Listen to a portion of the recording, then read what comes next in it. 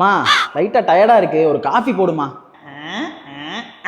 நான் case on பண்ணி சட்டில தண்ணி ஊற்றி வச்சு காஃபி பொடி போட்டு தண்ணி கொதிச்சு அதில் வர போக நேரம் ஓனர் வீட்டுக்குள்ள போவோம். ஓனர் நேரம் எங்கிட்ட வந்து ஏன் புகை வர முன்னால காஃபி வைக்க முடியாது என்கிட்ட சண்டை போடணும். அதனால உனக்கு வேணும் சொந்த வீடாதுல என் பையனுக்கு காஃபி போட நான் இவ்வளவு யோசிச்சிருப்பேனா. எனக்கு காஃபியே வேண்டாம் போ.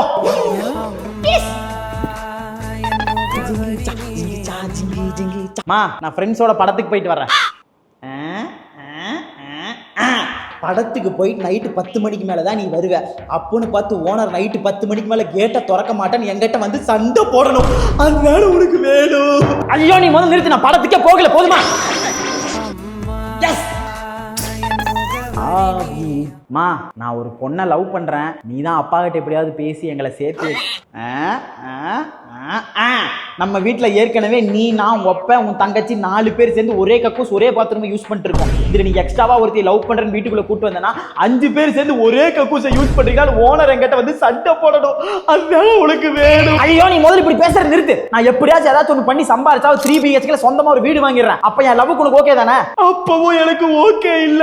சொந்த வீடு வாங்கினாலும் அந்த வீடை வாடகைக்கு விட்டு அதுல வர்ற வாடகையை நம்ம ஓனருக்கு வாடகையா கொடுத்துட்டு கடைசி வரைக்கும் நம்ம மிடில் கிளாஸாவே இருந்தீங்க சேர்த்து போயிடலாம். ஐயா எனக்கு லவ் வேணாம், அந்த பொண்ணு வேணாம், எதுவும் வேணாம்.